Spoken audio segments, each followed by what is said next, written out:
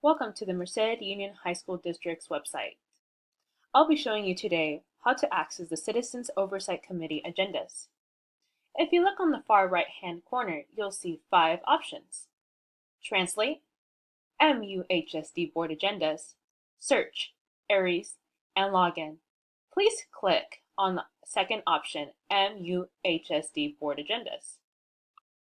As you click this section, it'll open to the Board Docs webpage.